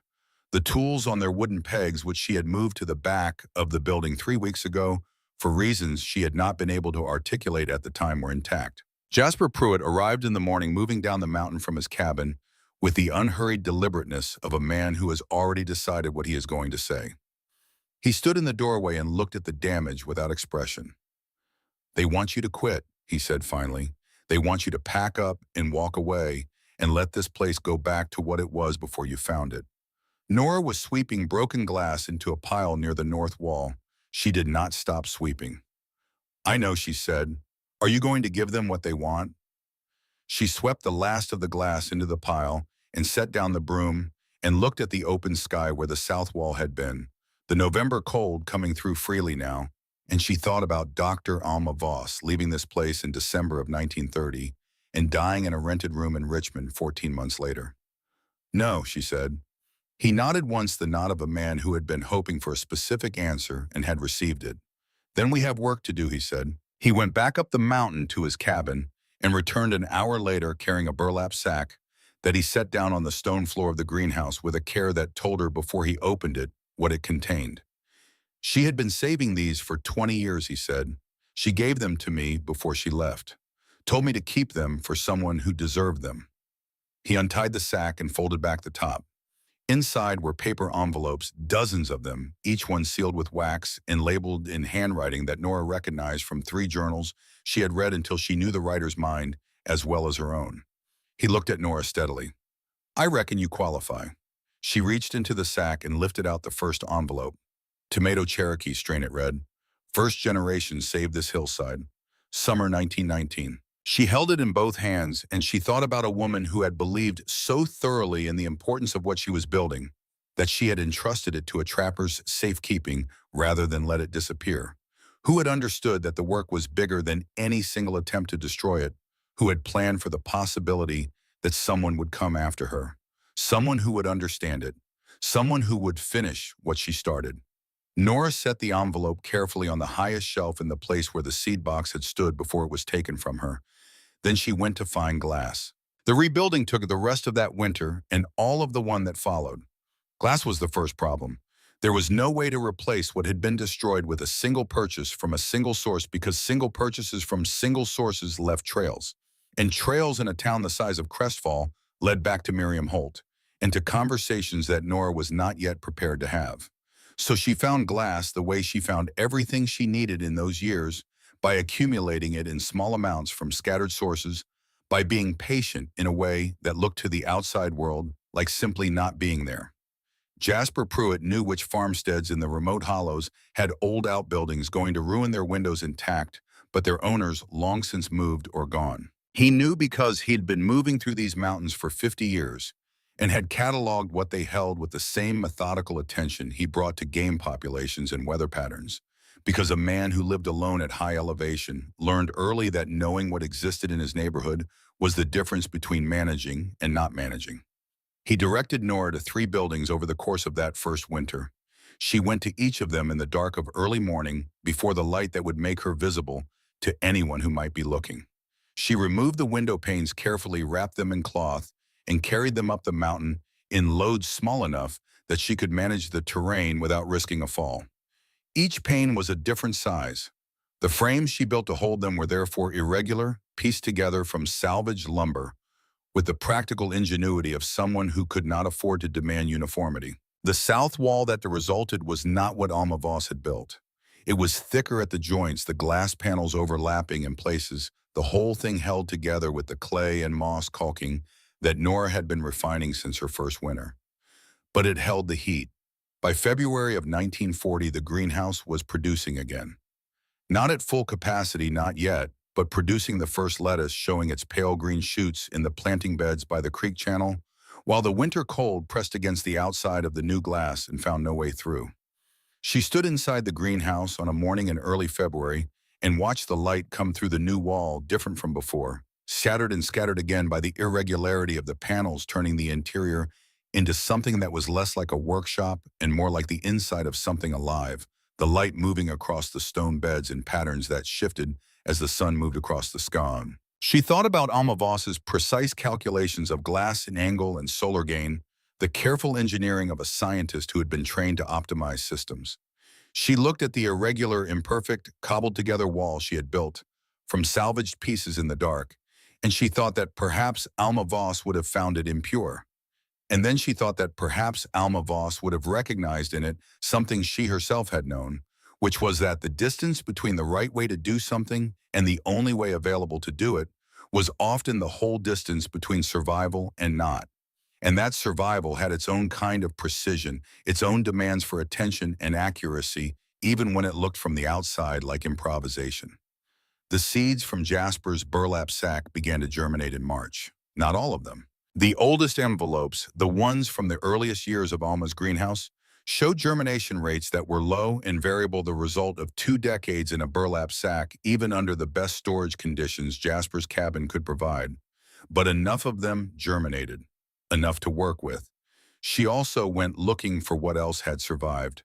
The families in the hollows who had received vegetables from her in the years before the destruction, the Sloanes and the Combses and the Halls and the Pratts. She visited each of them over the course of the spring, and she asked carefully whether any of them had saved seeds from the vegetables she had brought them. Most had not. Seed saving was not a common practice in these communities anymore, pushed out by the availability of commercial seed packets at the general stores and by the accumulated losses of the previous decade, which had taught people to eat what they had rather than putting any of it aside for a future that seemed increasingly unreliable. But some had.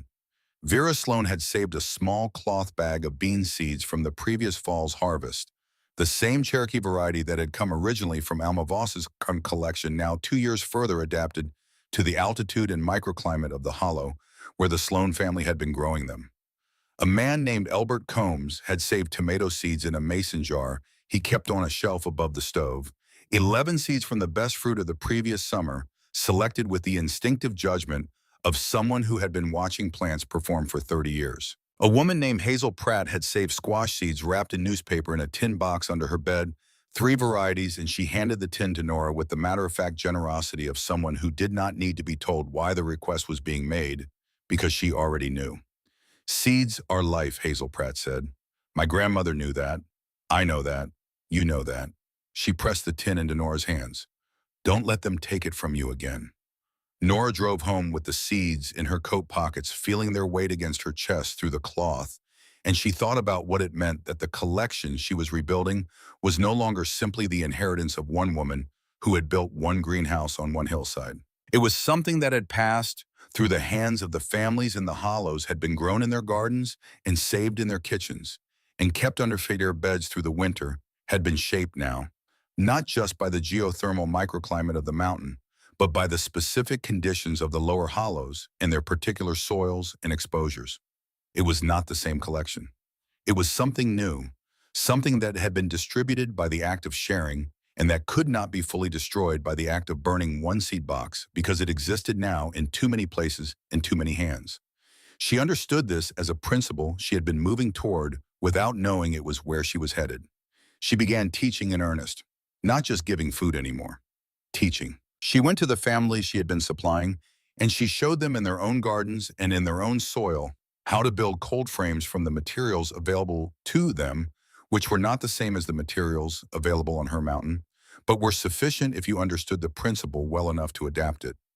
She showed them how to test soil by its smell and its texture and the way it held water.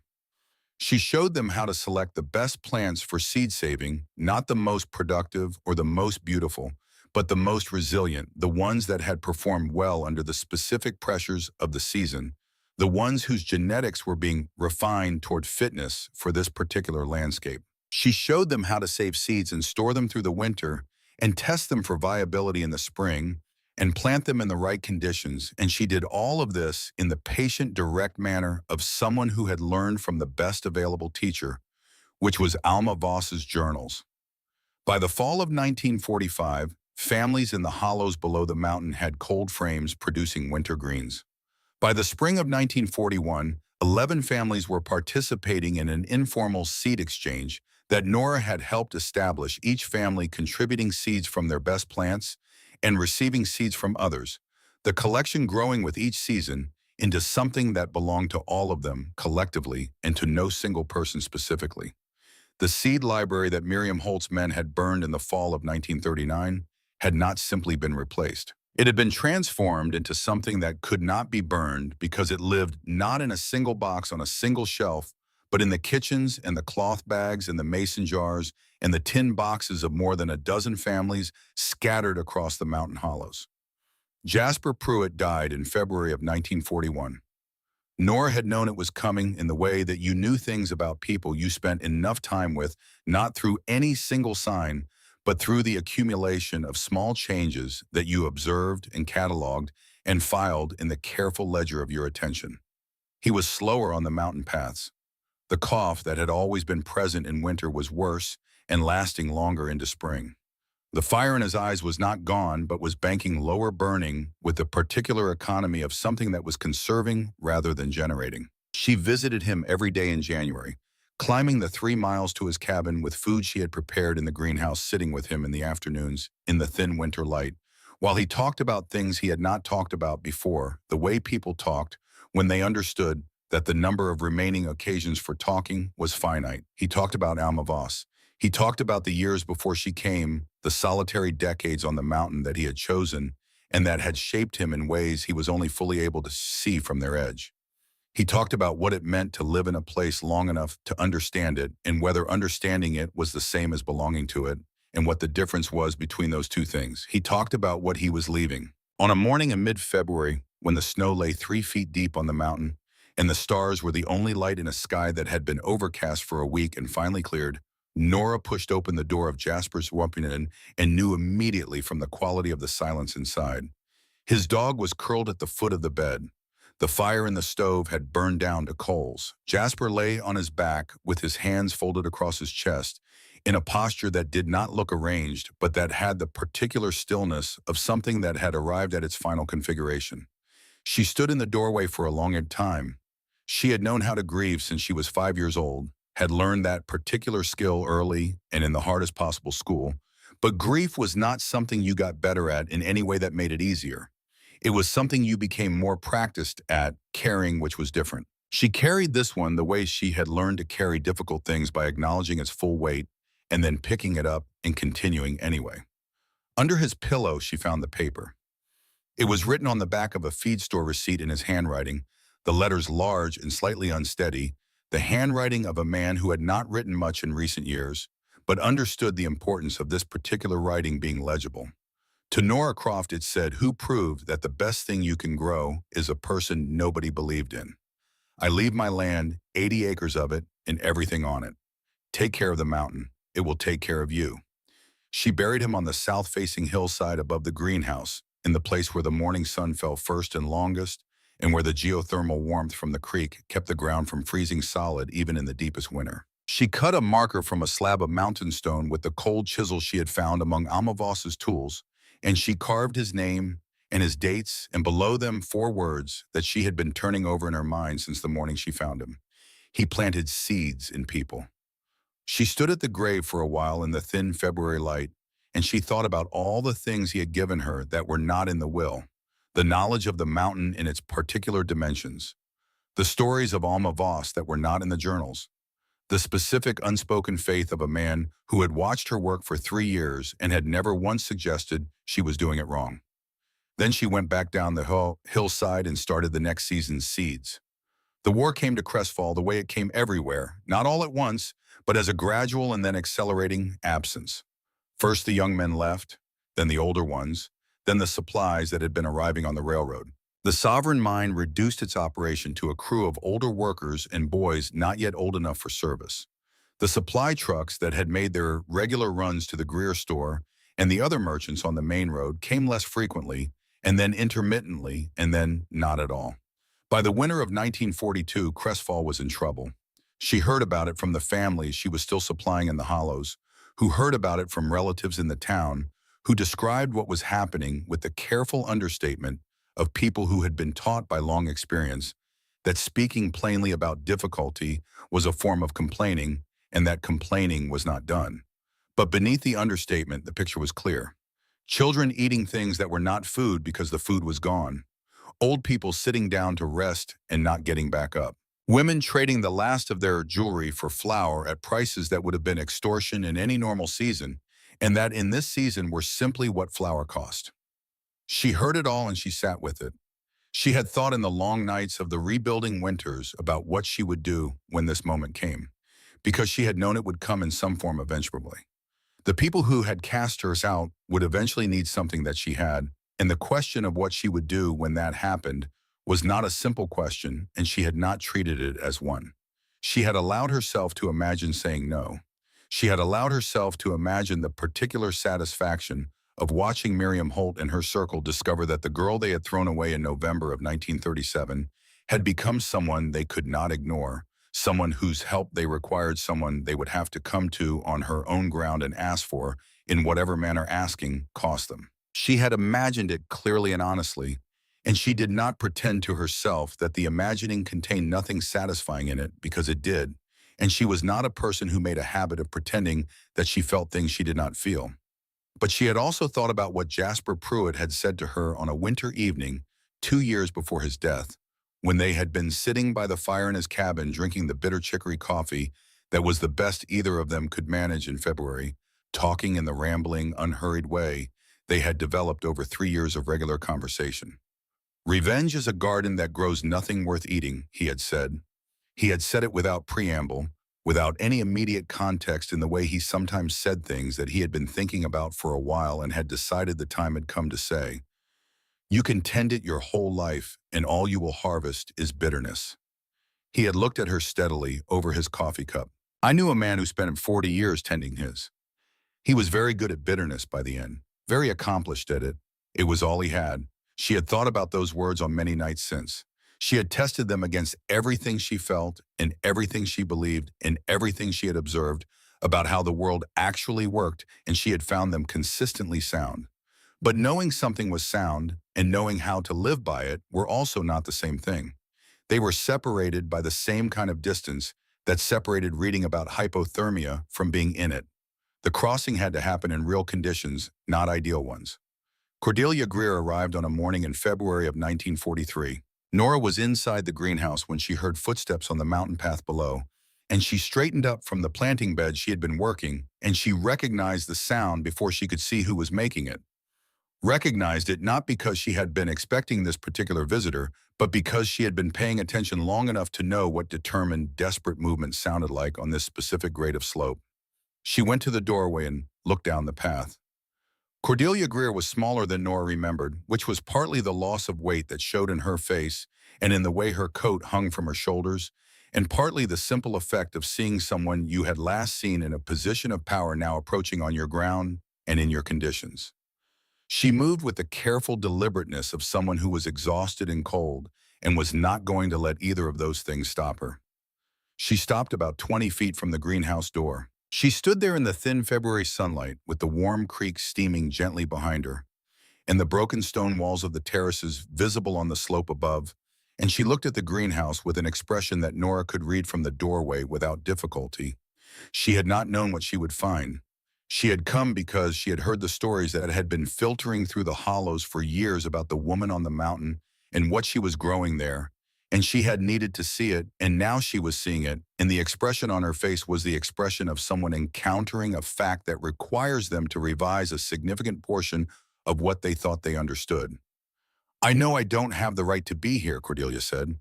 Her voice was steady, but it had cost her something to make it steady, and that cost was audible. "I know what I did. I know what we all did." Nora stood in the doorway and did not move. "There are children in Crestfall who are hungry," Cordelia said. "Not a little hungry, really hungry." She paused. "There are children who are sick from it." Nora knew this. She had known it for weeks. Cordelia's voice held its steadiness through what came next, but only barely, only by the kind of effort that was visible in the way she held her shoulders and the way she breathed. "I heard that you know how to grow things even in winter. I heard that you have been feeding families in the hollows for years." She stopped speaking, and then in the frozen mud of the mountain path with the February cold around her and the warm creek steaming at her side, Cordelia Greer went down on her knees. Not a dramatic gesture, not a performance. A slow, effortful descent, the knees of a 65-year-old woman, finding the frozen ground with the solemnity of someone who has decided that the only honest position available to them in this moment is this one. "Please," she said. Her voice was quieter now. "Not for me, I don't deserve your help, but for the children. They never did anything to you." Nora stood in the doorway. She stood there, and she felt the full weight of the moment with the complete attention she brought to things that required being felt completely rather than managed, and she let it be as large as it was. She felt the 5 years between that November night and this February morning. She felt the cold frame she had built, and the seed box that had been burned, and the glass that had been shattered, and the worst-gone hard winter of rebuilding. She felt the 7 words on the ledger paper that she had carried in her coat pocket, until the paper fell apart, and then in her memory, where it was not going to fall apart. I know you are innocent. Forgive me. She thought about what Jasper had said. Bitterness. How accomplished you could become at it. How thoroughly it could come to constitute the harvest. She walked down the path to where Cordelia was kneeling in the frozen mud, and she put her hand under the older woman's arm, and she helped her to her feet. Get up, she said. You're going to freeze out here. She led Cordelia into the greenhouse and sat her near the back wall where the stone radiated its stored heat most strongly, and she pressed a cup of hot tea into her hands and watched the woman drink it in the automatic, grateful way of a person whose body has been cold for a long time and is responding to warmth before the mind has fully registered that warmth is available. Then Nora went to the storage bins along the north wall and began to fill a wooden crate. Winter lettuce, 3 heads. Kale, a full bunch, the outer leaves stripped. Spinach, a generous amount, still carrying the cold from its bed. Dried beans from the previous summer's harvest, 3 pounds. Smoked squash seeds. Dried herbs. Sweet potatoes from the root cellar she had built into the hillside 2 winters ago, their skins still firm and their flesh still good. She filled the crate until she could not fit more in it, and then she hefted it onto her shoulder and told Cordelia to bring her cup, and they walked down the mountain together. Nora had not been in Crest Falls since November of 1937. She had not gone back, not for any reason, not in 5 years and 3 months. She had understood clearly from the beginning that going back was not something she was ready to do, that ready was a state she would need to arrive at rather than decide to be in, and that the arrival when it happened would be recognizable. She recognized it now. She did not make speeches when she came back. She did not gather anyone in the street or address the town from any elevated position. She set the crate on the counter of the Greer store, and she began to explain things. She explained cold frames. She explained the materials that were available in every household in Crestfall if people looked the scrap lumber and the broken window panes and the cracked glass from any dozen sources. She explained the principle of thermal mass and south-facing angles in terms that anyone who had ever noticed that one side of a building was warmer than the other could understand.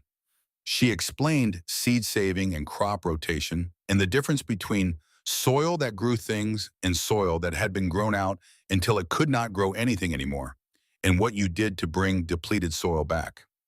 People listened. Some of them listened the way people listen when they are hearing something they want to be skeptical of but cannot find sufficient grounds for skepticism, which is a particular kind of listening that Nora had learned to recognize over years of practice. Most of them listened the way people listen when they were hungry enough that the information being offered was simply more important than any other consideration. Miriam Holt came on the second day. Nora had been expecting her. She had not known the exact timing, but she had understood that Miriam would come because Miriam had spent 40 years in this town being the person who controlled what happened in it. And the appearance of Nora Croft in the Greer store, explaining agricultural principles to a room full of people who were paying attention, constituted an event that Miriam could not allow to pass without response. She came in the afternoon dressed in black, as she always dressed, carrying herself with the rigid precision of someone who had decided before arriving that no circumstance encountered here would be allowed to alter the posture she had established before entering. She stood in the doorway of the store, and she looked at Nora with an expression that contained within it the accumulated weight of everything that had passed between them.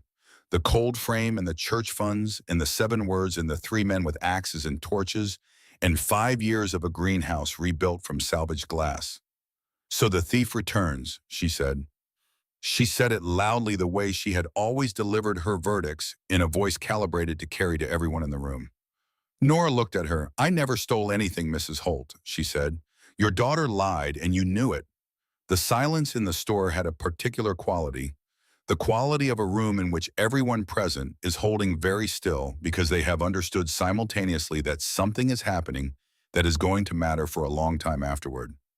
Miriam's face did not change, but something behind her eyes changed something in the eyes, a very small adjustment in the quality of the steadiness she was maintaining. Anyone who accepts help from this woman is no friend of mine, she said.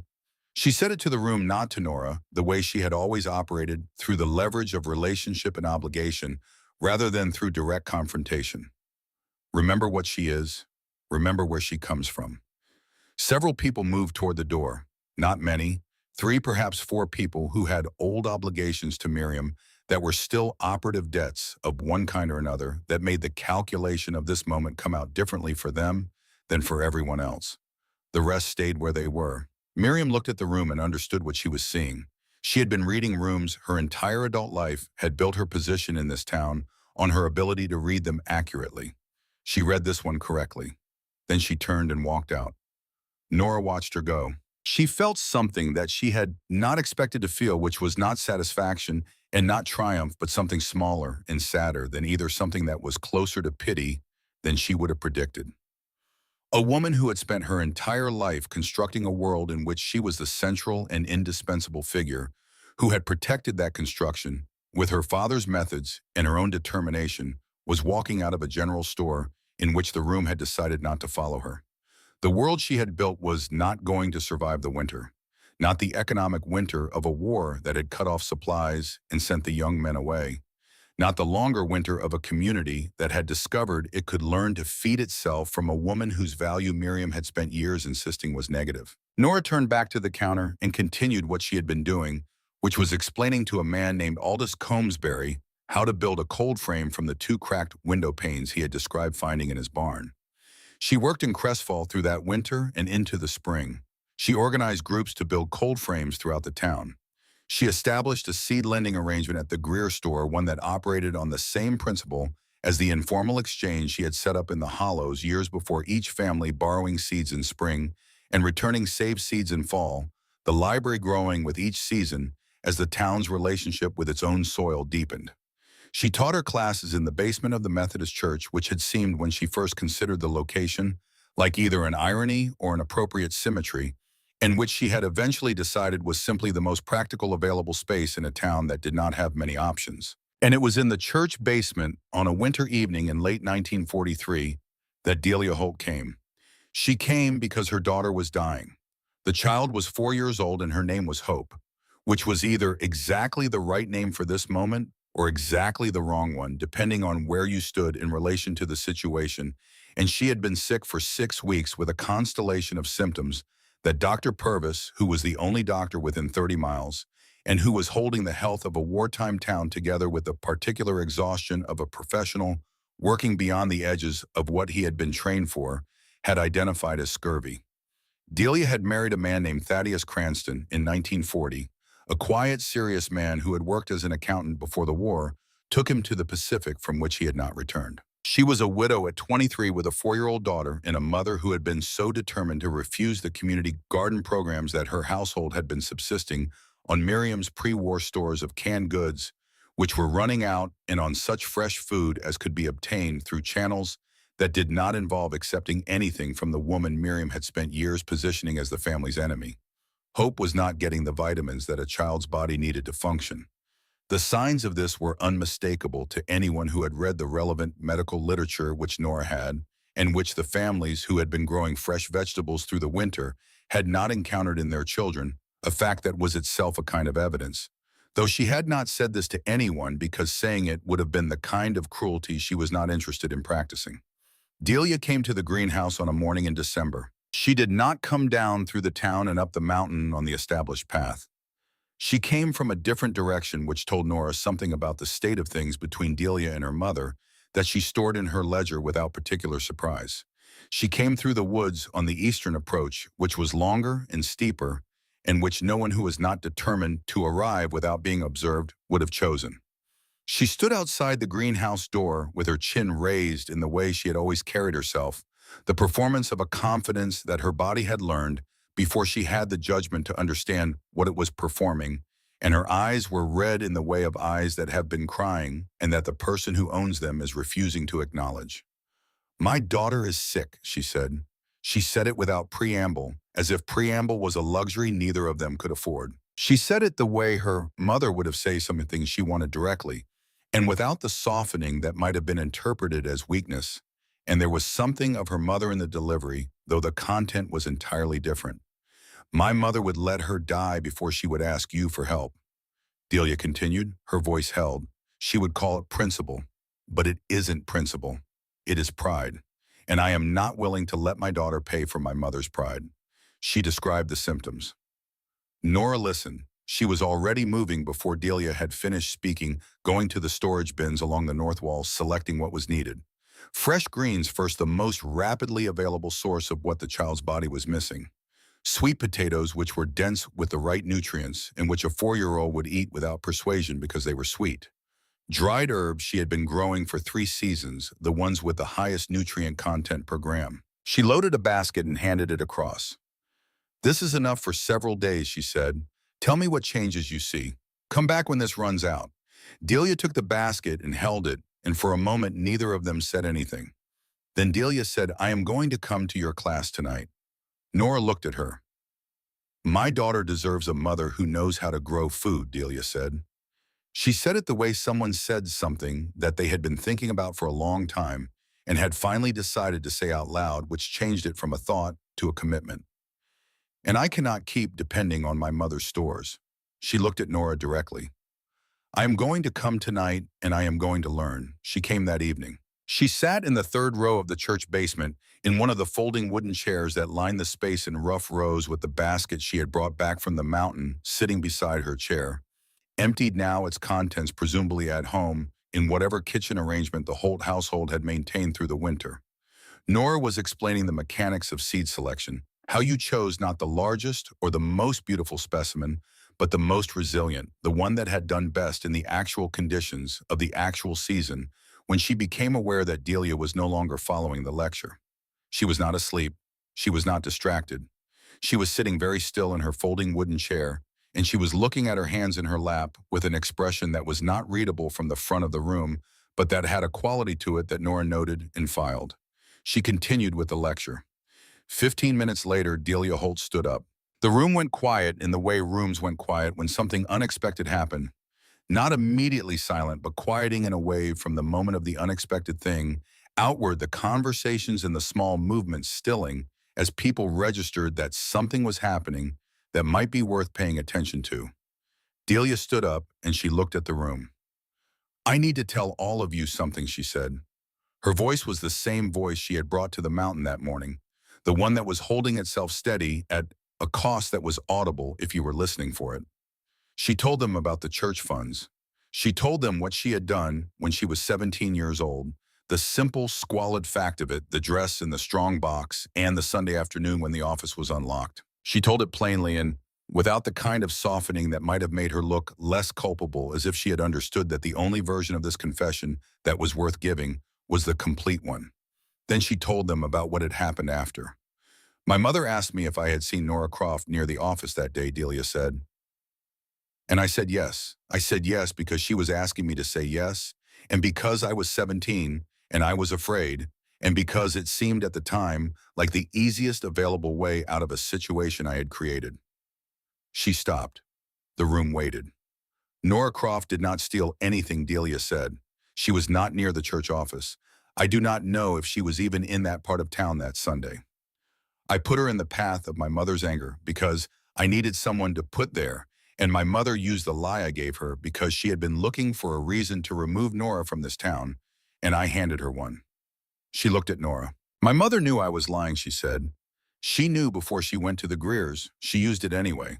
She used it because she wanted Nora gone, and because a girl like Nora, who read too many books and asked too many questions and grew things in winter when everyone had decided nothing grew in winter, reminded her of someone she was afraid of and had spent a long time trying to make people forget."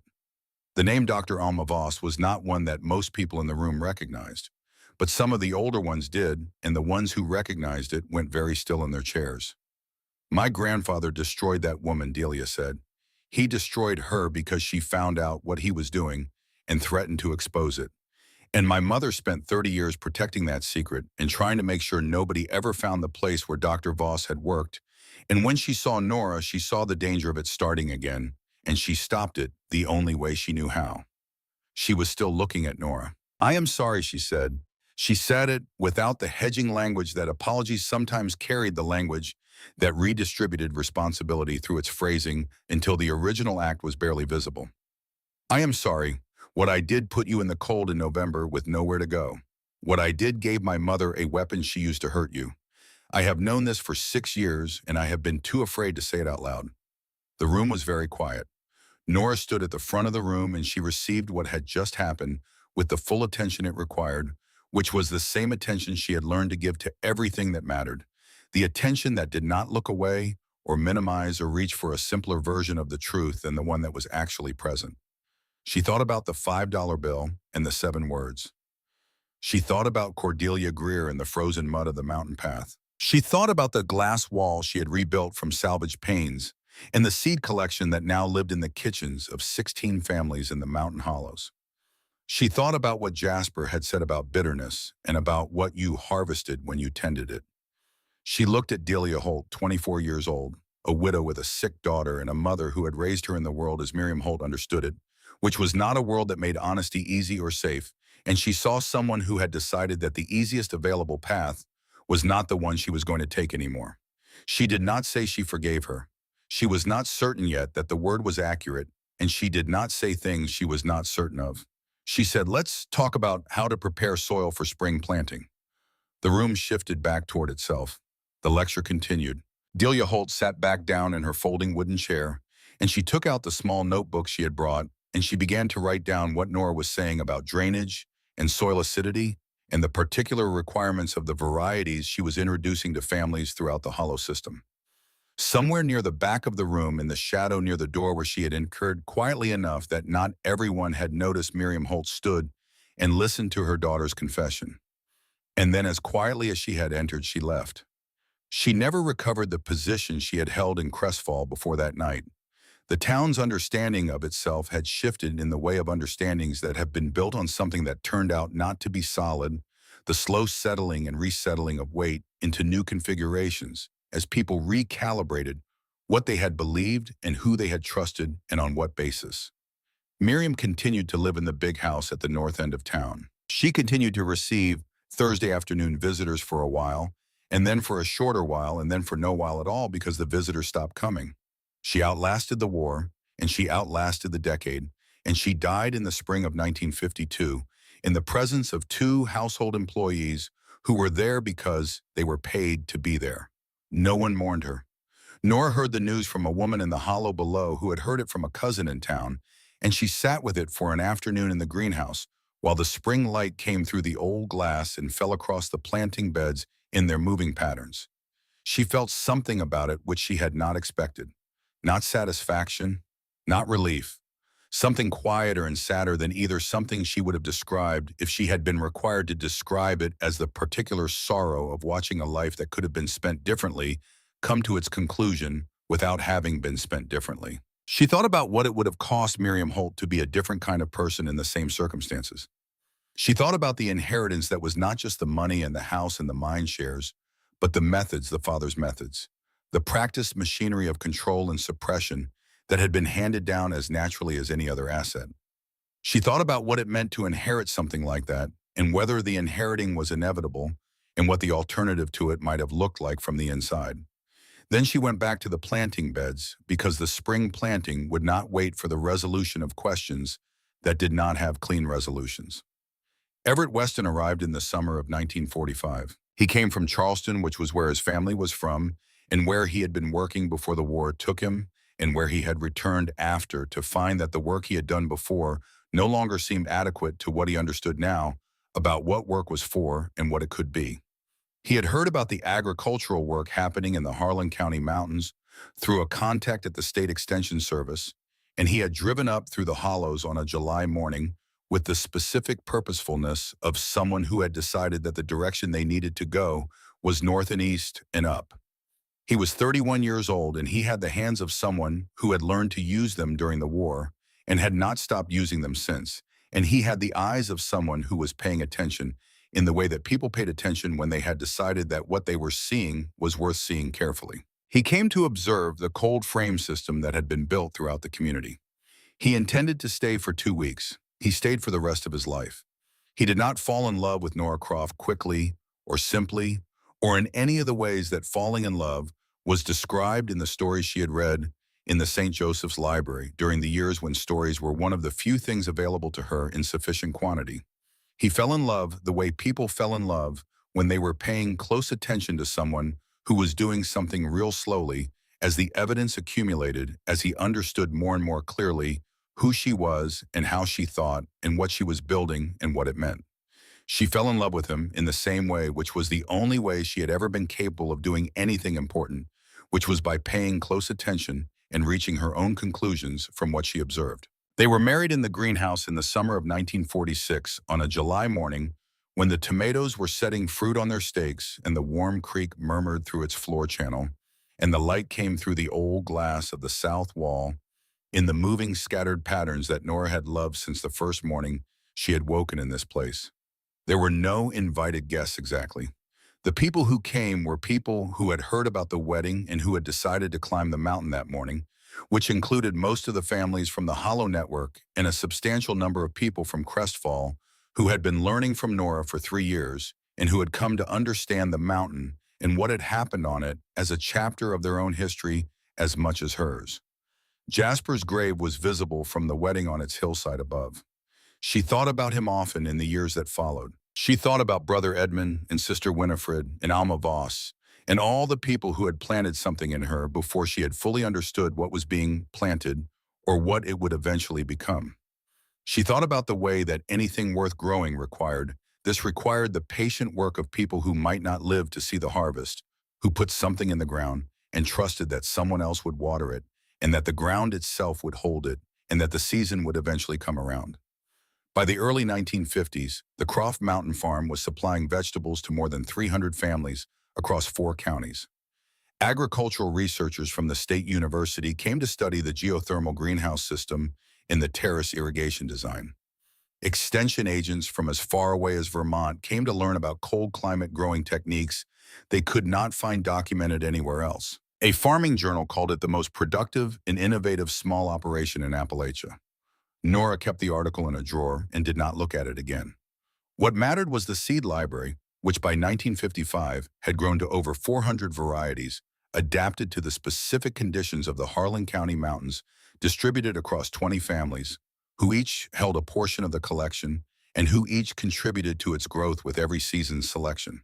It could not be burned. It could not be confiscated or destroyed or taken away in a single night by men with axes and torches because it lived in too many places, in too many kitchens, and too many tin boxes under too many beds. The tomato variety she had been developing since the second winter, the one that descended from Alma Voss's original seed Naolo, and that had been shaped by 8 years of selection on this specific hillside for the specific conditions of this altitude and microclimate, was producing reliably at temperatures 10 degrees lower than any commercial strain.